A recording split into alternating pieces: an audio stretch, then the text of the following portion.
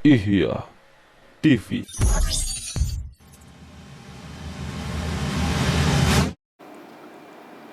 Bismillahirrahmanirrahim. Assalamualaikum warahmatullahi wabarakatuh. Alhamdulillahi rabbil alamin. Wassalatu wassalamu ala asyrafil anbiya'i wal mursalin wa ala alihi wa sahbihi wa man tabi'ahum bi ihsanin ila yaumiddin. Ma'asyiral muslimin wal muslimat, para pemirsa Ihya TV bin Bas 8 yang semoga dirahmati Allah Subhanahu wa taala. Alhamdulillah, kembali kita bersyukur kepada Allah Subhanahu wa taala pada pertemuan yang mulia ini. Allah Subhanahu wa taala masih mencurahkan nikmat-nikmatnya kepada kita. Selawat beriring salam semoga senantiasa tercurahkan kepada suri teladan kita, yaitu Nabi Muhammad sallallahu alaihi wasallam beserta keluarganya, para sahabatnya dan orang-orang yang mengikuti jalan beliau. Kaum muslimin dan muslimat yang semoga dirahmati Allah Subhanahu wa taala. Insyaallah pada pertemuan ke-8 ini kita akan membahas tentang keutamaan membaca Al-Qur'an, dan ini adalah penjabaran daripada pertemuan yang ke-7 kemarin ya, yang ke-7 pertemuan yang lalu, yaitu tentang adab-adab dan sunnah-sunnah dalam berpuasa. Ketika kita berpuasa, di antaranya adalah hendaknya kita memperbanyak membaca Al-Qur'an. Tentunya karena memang membaca Al-Qur'an memiliki keutamaan. Nah, adapun keutamaan-keutamaan membaca Al-Qur'an akan kita bahas pada pertemuan ini. Ma'asyiral muslimin wal muslimat yang semoga dirahmati Allah Subhanahu wa taala, kita tahu bahwasanya bulan Ramadan merupakan bulan diturunkannya Al-Qur'an. Allah Subhanahu wa taala berfirman, "Syahrul Ramadan alladzi unzila fihi al-Qur'an hudal lin-nasi wa bayyinatin minal huda wal furqan." Sebagai penjelas bagi mereka terhadap petunjuk-petunjuk tersebut dan sebagai pembeda antara yang hak dan yang batil. Kemudian Allah Subhanahu wa taala berfirman, "Inna anzalnahu fi lailatul qadar." Sesungguhnya kami menurunkan Al-Qur'an pada malam Lailatul Qadar. Memang kalau kita perhatikan, terkumpul di dalamnya beberapa kemuliaan. Allah Subhanahu wa taala menurunkan Al-Qur'an kepada Nabi Muhammad sallallahu alaihi wasallam melalui malaikat Jibril pada bulan Ramadan, pada malam Lailatul Qadar. Allah Subhanahu wa taala adalah zat yang mulia. Kemudian menurunkan Al-Qur'an kepada Nabi Muhammad sallallahu alaihi wasallam beliau adalah manusia yang paling mulia. Melalui malaikat Jibril. Malaikat Jibril adalah malaikat yang mulia. Yang diturunkan adalah Al-Qur'an. Al-Qur'an merupakan kitab suci yang mulia. Tujuannya adalah sebagai petunjuk, tujuannya adalah sebagai penjelas dan hal-hal yang lainnya. Tujuannya merupakan tujuan yang mulia. Kemudian waktunya pada bulan yang mulia. Oleh karena itu, barang siapa yang membaca Al-Qur'an, manusia ketika dia membaca Al-Qur'an, maka dia menjadi manusia yang mulia. Kemudian kita akan sebutkan di antara keutamaan-keutamaan membaca Al-Qur'an. Yang pertama adalah menjadi orang yang terbaik. Tentunya semua kita menginginkan menjadi orang yang terbaik. Ketahuilah bahwasanya orang yang baik itu, orang yang terbaik itu bukan orang yang paling kaya, paling banyak hartanya. Orang yang terbaik itu bukan orang yang paling tinggi jabatannya. Orang yang terbaik itu bukan orang yang paling tampan, bukan orang yang paling cantik, atau bukan orang yang paling terkenal. Namun orang yang terbaik adalah orang yang mempelajari Al-Qur'an dan mengajarkannya. Rasulullah sallallahu alaihi wasallam bersabda, "Khairukum man ta'allamal Qur'ana wa 'allamahu." Sebaik-baik kalian adalah orang yang mempelajari Al-Qur'an dan orang yang mengajarkannya. Itulah orang yang paling baik, yaitu orang yang mempelajari Al-Qur'an dan mengajarkan Al-Qur'an. Kemudian, ma'asyiral muslimin wal muslimat rahimani wa rahimakumullah, di antara keutamaan membaca Al-Qur'an adalah ahlul Qur'an adalah ahlullah, keluarga Allah, dan dia memiliki kekhususan di sisi Allah. Orang yang senantiasa membaca Al-Quran dan dia mengamalkan Al-Quran, maka dia merupakan keluarga Allah, yaitu orang yang senantiasa memiliki kekhususan di sisi Allah Subhanahu wa taala. Rasulullah sallallahu alaihi wasallam bersabda, "Ahlul Qur'ani ahlullahi wa khassatuhu." Ahlul Quran adalah ahlullah dan merupakan kekhususan bagi Allah Subhanahu wa taala. Ini hadis riwayat Ibnu Majah. Tentunya kita semua menginginkan menjadi orang yang khusus, apalagi orang yang khusus di sisi Allah Subhanahu wa taala. Orang yang dekat dengan Al-Qur'an, orang yang senantiasa membaca Al-Qur'an, mentadabburi Al-Qur'an adalah orang yang memiliki keistimewaan dan kekhususan di sisi Allah Subhanahu wa taala. Kemudian yang berikutnya, yang ketiga, di antara keutamaan membaca Al-Quran yaitu mendapat syafaat pada hari kiamat nanti. Pada hari kiamat nanti kita sangat membutuhkan syafaat, dan salah satu syafaat yang bisa membantu kita pada hari kiamat nanti adalah Al-Quran itu sendiri. Rasulullah sallallahu alaihi wasallam bersabda, "Iqra'ul Quran fa innahu ya'ti yaumal qiyamati syafi'an li ashabihi." Bacalah Al-Quran, sesungguhnya dia akan memberi syafaat, sesungguhnya dia datang pada hari kiamat nanti sebagai pemberi syafaat bagi yang membacanya.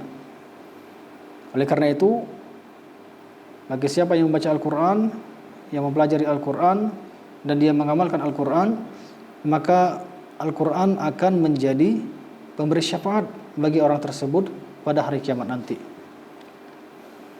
Ma'asyiral muslimin wal muslimat rahimani wa rahimakumullah, di antara keutamaan membaca Al-Quran yaitu akan mendapat derajat yang tinggi di surga.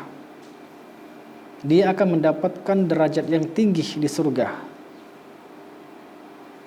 Semakin banyak dia membaca Al-Quran, bisa jadi semakin tinggi derajatnya di surga. Dalam sebuah hadis riwayat Tirmizi, Abu Daud, Rasulullah sallallahu alaihi wasallam bersabda, "Yuqalu li sahibil Qur'an." Dikatakan kepada sahibul Quran, "Iqra wartaqi." Iqra wartaqi warattil kama kunta turattil fid dunya. Bacalah Al-Quran dan naiklah ke surga, serta tartilkanlah bacaanmu sebagaimana engkau tartilkan sewaktu di dunia. Fa inna manzilataka 'inda akhiri ayatin taqra'uha. Sesungguhnya kedudukan dan tempat tinggalmu di surga berdasarkan akhir ayat yang engkau baca. Semakin banyak membaca Al-Quran, semakin tinggi derajat kita di surga. Ma'asyiral muslimin wal muslimat rahimani wa rahimakumullah. Yang kelima, di antara keutamaan membaca Al-Quran itu akan mendapat pahala yang berlipat-lipat, akan mendapat pahala yang sangat banyak. Semakin banyak membaca Al-Quran, semakin banyak pahala yang dia dapatkan. Bahkan orang yang membaca satu huruf dari Al-Quran, maka dia akan mendapatkan 10 kebaikan. Dalam sebuah hadis riwayat Tirmizi, Rasulullah sallallahu alaihi wasallam bersabda, "Man qara'a harfan min kitabillah." Barang siapa yang membaca satu huruf dari Al-Quran, dari kitabullah, falahu bihi hasanatun, maka dia akan mendapatkan satu kebaikan.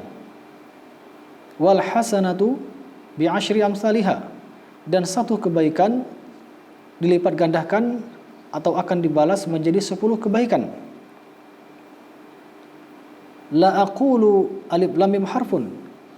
Aku tidak mengatakan alif lam mim satu huruf, walakin alifun harfun, walamun harfun, wa mimun harfun. Akan tetapi alif satu huruf, lam satu huruf, dan mim satu huruf. Artinya ketika seseorang membaca alif lam mim, maka ini adalah 3 huruf dan dia akan mendapatkan 30 kebaikan. Kalau dia membaca Bismillahirrahmanirrahim, tinggal kita hitung saja berapa huruf, kemudian dia mendapatkan berapa kebaikan.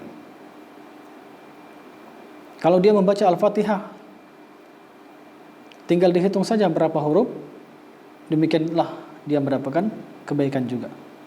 Kalau bagaimana kalau dia membaca 1 juz? Kalau bagaimana kalau dia membaca 2 juz? Kalau bagaimana kalau dia membaca 10 juz? Bagaimana kalau dia membaca semua Al-Quran? Maka sungguh dia akan mendapatkan pahala yang sangat banyak, yang berlipat-lipat. Dan ketahuilah bahwasanya yang mendapatkan pahala tersebut baik orang Arab maupun orang yang bukan orang Arab. Siapapun mereka diberikan kesempatan untuk mendapatkan pahala yang sangat banyak tersebut. Kemudian ma'asyiral muslimin rahimani wa rahimakumullah, tentunya berbeda pahala orang yang membaca Al-Quran yang sesuai dengan makhrajnya, sesuai dengan tajwidnya, bacaannya bagus, dengan orang yang masih terbata-bata dalam baca Al-Quran. Pahalanya berbeda. Makanya Rasulullah sallallahu alaihi wasallam bersabda, "Al-mahiru bil Quran ma'as safaratil kiramil barara." Orang yang mahir dalam baca Al-Quran, maka dia bersama malaikat yang mulia. Orang yang mahir membaca Al-Quran, dia akan bersama malaikat yang mulia. Bacaannya bagus. Wallazi yaqra'ul Qur'ana wa yatata'u fihi. Dan orang yang membaca Al-Quran yang terbata-bata, wa huwa alaihi syak, dan sulit baginya dalam baca Al-Quran, lahu ajron, maka dia mendapatkan 2 pahala. Namun kesimpulannya adalah membaca Al-Quran dengan lancar, dengan bagus, dan juga dengan terbata-bata, mereka tetap mendapatkan keutamaan dan juga mendapatkan pahala. Kemudian ma'asyiral muslimin wal muslimat rahimani wa rahimakumullah, yang keenam di antara keutamaan membaca Al-Quran, yaitu akan datang rahmat dan ketenangan di hati.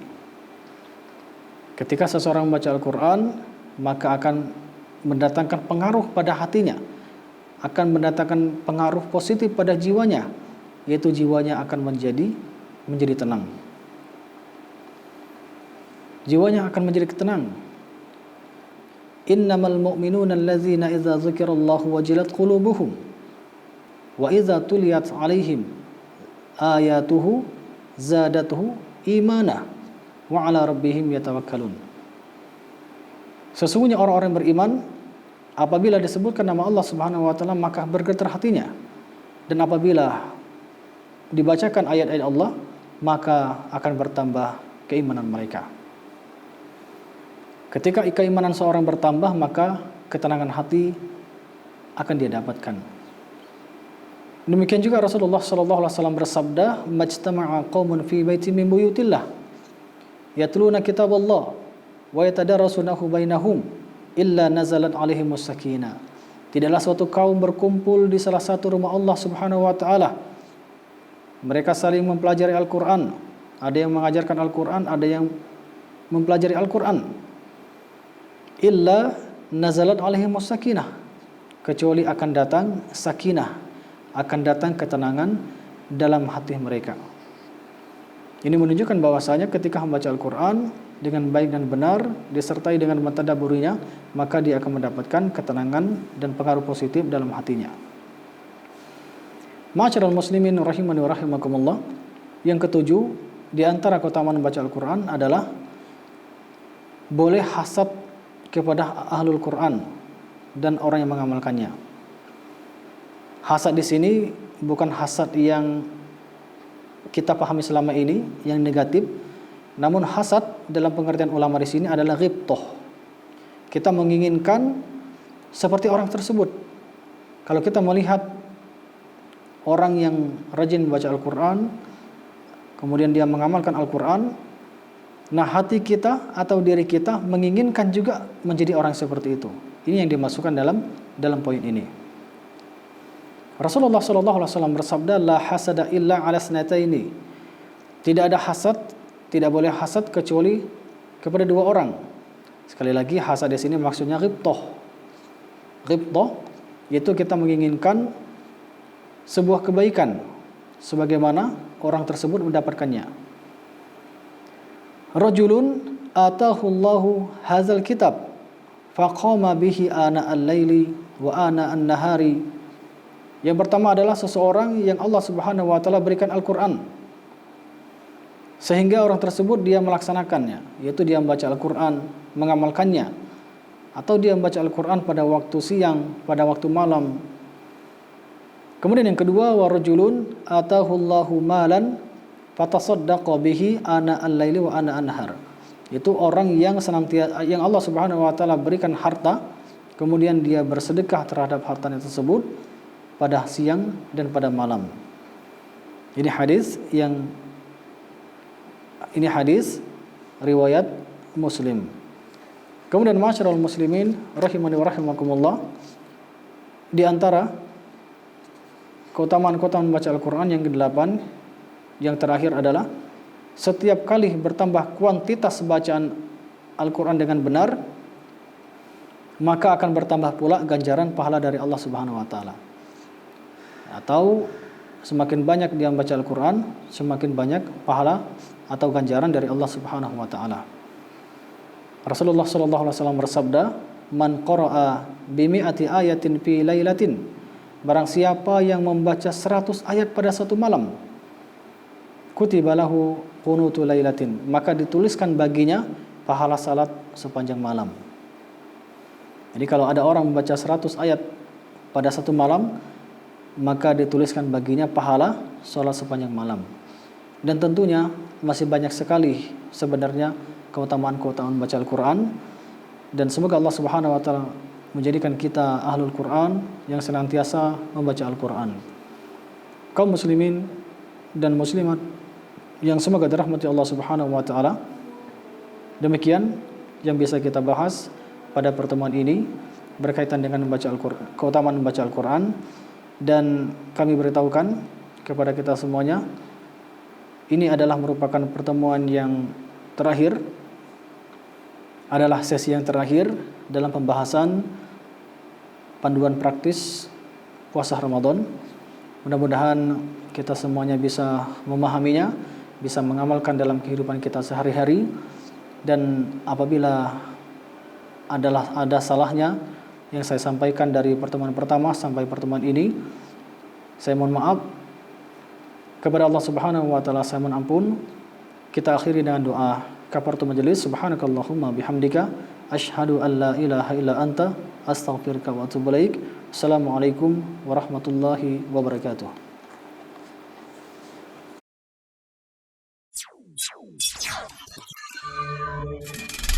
Ihya TV.